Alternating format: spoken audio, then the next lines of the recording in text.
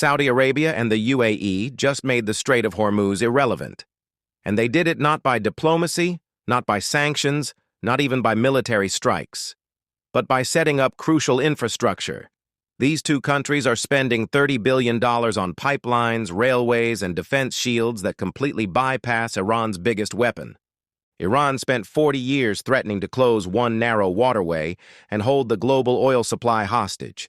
The Gulf's answer is to build a way around it entirely. The Strait of Hormuz is still there, but its power is quietly dying in the desert. And to understand why this matters so much, you have to understand just how absurd the original problem was. The Strait of Hormuz is only about 33 kilometers wide at its narrowest point. That's the bottleneck. And through that tiny corridor, roughly 20% of all the oil traded on this planet has to pass every single day. Think about that. 1/5 of global oil supply, squeezed through a gap barely wider than some cities. And Iran sits right at the edge of it. For decades, Tehran's go-to move in any regional standoff has been some version of "nice oil supply you've got there. Shame if something happened to it." It's not subtle. It's not supposed to be. The threat of closing Hormuz has been Iran's way of holding the entire global economy at something resembling gunpoint, and it worked because there was no alternative, until the Gulf countries decided to build one, actually, to build several. Now here's where it gets interesting. The UAE didn't wake up one morning and suddenly panic. They actually saw this coming back in 2012, which, credit where it's due, is pretty impressive long-term thinking for a region where geopolitical situations tend to change faster than weather forecasts. Back then, Abu Dhabi built the first Habshan-Fujairah pipeline, cost them around $4 billion, runs from the interior oil fields all the way to the coast of the Gulf of Oman, completely bypassing Hormuz. Capacity, 1.8 million barrels per day. At the time, that felt like enough of a safety net. Then 2026 happened, and that perception completely changed. When Iran effectively closed the strait, the UAE discovered the hard way that 1.8 million barrels sounds like a lot until you're actually trying to move an entire country's oil exports through one pipe during a live crisis. It's a bit like planning your home evacuation route and only remembering on the way out that you have 5 more people than you practiced for. So Abu Dhabi made a decision: build a second line, bigger, faster, more resilient. Now. This new project is called the West-East Pipeline, and the numbers attached to it are genuinely staggering. We're talking somewhere between $4 and $6 billion. The pipeline stretches approximately 360 kilometers, cutting through mountains and desert to reach the port of Fujairah. It runs parallel to the existing line, not because the engineers lacked creativity, but because that route has already been secured and proven. Why reinvent the desert when you already know where the mines aren't? When this second line comes online, Fujairah's total export capacity jumps to somewhere between 3 and 3.6 million barrels per day. To put that in context, the UAE's target production by 2027 is 5 million barrels per day. That means they'd be able to route the majority of their entire output through a path that Iran literally cannot touch without starting a very different kind of war. Iran's leverage is thus quietly evaporating. And it gets worse for Tehran. Because Fujairah isn't just a pipe exit. It's become one of the most strategically positioned ports on the planet. It sold 7.4 million cubic meters of marine fuel in 2025 alone. Every major shipping route between Asia and Africa passes close enough that stopping there makes operational sense. And now, with 18 million cubic meters of storage and blending capacity, it's not just a fuel stop. It's a price-balancing lever that the UAE can pull independently of OPEC decisions. In other words, the UAE isn't just escaping the Hormuz trap. It's positioning itself to become the new gatekeeper of Asian energy supply. They went from being a hostage to auditioning for the role of landlord. That's quite the career change. Now, while the UAE was handling its pipeline situation, Saudi Arabia was doing something arguably even more ambitious. and considerably more expensive. The Saudi Landbridge project is, to put it plainly, one of the most strategically loaded infrastructure investments in modern history. It's a railway network that connects the Red Sea to the Arabian Gulf, essentially letting cargo travel coast to coast across the Arabian Peninsula without ever going near the water that Iran controls. The main line alone runs 950 kilometers. Add extensions, and you're looking at 1,500 kilometers of track. 9 major ports are being wired into this network: Jeddah, Dammam, King Abdullah Port, Jubail. The cost of this? $26.6 billion. And yes, that figure includes the part where you build a railway through one of the most logistically punishing environments on Earth, because apparently the Arabian desert wasn't already challenging enough. Here's what this railway actually changes. Right now, a cargo ship avoiding Hormuz has to sail all the way around the Arabian Peninsula, adding weeks to journey times and enormous costs. With the land bridge operational, that same cargo can be offloaded at Jubail, loaded onto a train moving at 160 kilometers per hour, and arrive at Jeddah in a fraction of the time. Global shipping companies like MSC have already started routing freight this way. The math works, the route works, and 50 million tons of cargo per year are expected to move through it at full capacity. 200,000 new jobs, $4.2 billion in transportation savings annually, and a trade corridor that Iran's navy cannot threaten because there is no sea involved. But Saudi Arabia's energy story doesn't start with the railway. It actually starts underground. The Petroline, officially the East-West crude oil pipeline, is 1,200 kilometers long and runs directly from the oil fields of Abqaiq in the eastern province all the way to the Red Sea port of Yanbu. No Hormuz, no Gulf, no exposure to whatever Iran is threatening that particular week. Earlier this year, 2026, when the crisis peaked, Saudi Arabia pushed this pipeline's capacity to 7 million barrels per day. They exported 5.9 million barrels daily through Yanbu alone. The world kept running. Prices spiked, yes, but they didn't hit the catastrophic numbers that analysts had been quietly dreading, because this one underground pipe held the line. It's not an exaggeration to say the Petroline may have prevented a full global economic crisis, which is a sentence that almost nobody outside energy circles ever says out loud, because pipelines are not glamorous. They don't get documentaries. They don't trend on social media. They just quietly keep the world economy from collapsing. The most important infrastructure on Earth, and most people couldn't point to it on a map. Now, here's the part that doesn't get talked about enough. All of this infrastructure, the pipelines, the railway, the ports, is extraordinary. It's also an enormous stationary target. Pipelines don't move, railways don't relocate. And Iran knows exactly where every single kilometer of them is. Iranian strategists are not operating blind here. They've watched these projects get built in real time, and they understand exactly what it means. Every meter of bypass route that goes operational is another percentage point of leverage they permanently lose. That's not a comfortable calculation when your entire regional strategy is built around being the country with its finger on the oil supply button. So what do you do when your adversary builds something you can't diplomatically stop? You start running numbers on what a Shahed drone costs versus how much damage it can cause to a pump station. And the math, unfortunately for everyone, is deeply asymmetric.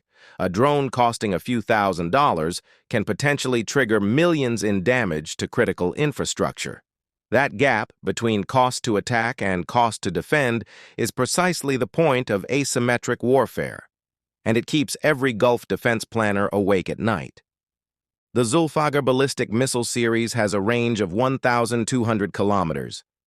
Yanbu sits within that range, and Fujairah, after Iran's direct attack on May 4th, is clearly not considered off-limits by Tehran. The Gulf countries built their escape routes, and then immediately realized the escape routes themselves needed escaping from. This is where the spending story enters its second chapter. The UAE moved fastest. Around Fujairah and along the West-East Pipeline corridor, they've constructed a layered air defense architecture that is genuinely impressive in scale. THAAD batteries handle high-altitude threats. Patriot PAC-3 covers the mid-range layer. And, critically, new-generation electronic warfare systems and laser defense weapons specifically engineered against low-flying drone swarms are now deployed.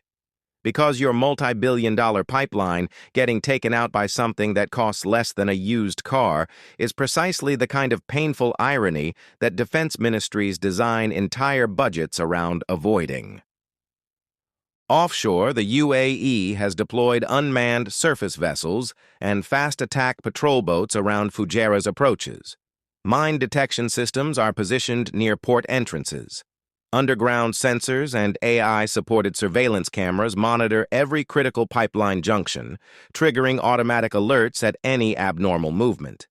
Saudi Arabia's defensive challenge is geometrically harder. Protecting 1,200 kilometers of pipeline plus 1,500 kilometers of railway across some of the most remote terrain on Earth is not something any air defense system was originally designed to do. You cannot physically blanket every kilometer of the empty quarter with missile interceptors. The math doesn't work. The budget doesn't work. The geography doesn't cooperate. So instead, Riyadh launched what they're calling the SHIELD project. Every critical pump station and manifold point along the Petroline is under continuous radar and thermal camera surveillance. Additional Patriot and Skyguard batteries are concentrated at Yanbu and Jubail, the endpoints where disruption would be most catastrophic. Chinese-supplied Winglong drones fly regular patrol routes across pipeline corridors. Specialized desert security units conduct round-the-clock ground sweeps backed by aerial coverage. And then both countries made a move that might ultimately matter more than any individual weapons platform. They integrated their air defense networks entirely. UAE radar detects a threat. Saudi Arabia knows about it in real time. US AWACS aircraft and satellite intelligence feed into the shared picture. What used to be two separate, occasionally coordinating defense bubbles is becoming one continuous, mutually reinforcing shield stretching across the entire Gulf. The cyber dimension is getting equal investment. The SCADA systems that control pipeline pressure, flow rates, and valve operations are exactly the infrastructure a sophisticated state actor targets before, or instead of, a physical strike. After attempted intrusions in early 2026, both countries tripled their cybersecurity allocations for these systems. New AI-based firewall architectures are now operational. The logic is straightforward. A pipeline you physically can't reach can still be shut down from a server room on the other side of the world. And the new bypass infrastructure being built now has security engineered into it from day one. Pipes go underground wherever terrain allows. Pump stations are housed inside reinforced concrete bunkers. Storage tanks at Fujairah are built with composite materials specifically rated against direct missile impact. The difference between building something and then adding protection versus designing the protection into the structure from the start, that difference is currently being paid for in billions of dollars and hard operational lessons. So let's step back and look at what all of this actually means at the strategic level. Because the project details are fascinating, but the bigger picture is what genuinely reshapes the world. For roughly 4 decades, the Strait of Hormuz functioned as Iran's most consistent and reliable source of hard power, not its conventional military capability, not its nuclear program. The Strait, a geographic accident of history that gave Tehran a seat at tables it was never formally invited to. When you can credibly threaten 20% of global oil supply, countries negotiate with you not because they want to, but because they calculate they have to.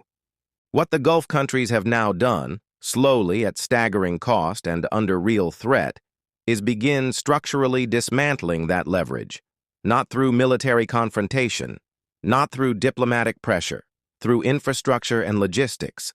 That is a genuinely new approach to a problem that's existed for 2 generations. The lesson being written right now in steel and concrete across the Arabian Peninsula is that geographic choke points only hold power as long as no viable alternative exists. The moment an alternative becomes real, not planned, not promised, but actually operational and actively defended, the geography loses its grip. Hormuz is still there. Ships still pass through it. But the era when its closure could bring the global economy to its knees is ending, and every capital in the region, including Tehran, knows it. So what changes going forward? Well, here are a few things that are worth sitting with. The Gulf countries have learned, at considerable expense, 7, that energy security and physical security are not separate problems. They are the same problem with 2 faces. Building bypass infrastructure without simultaneously defending it is just building a more expensive vulnerability.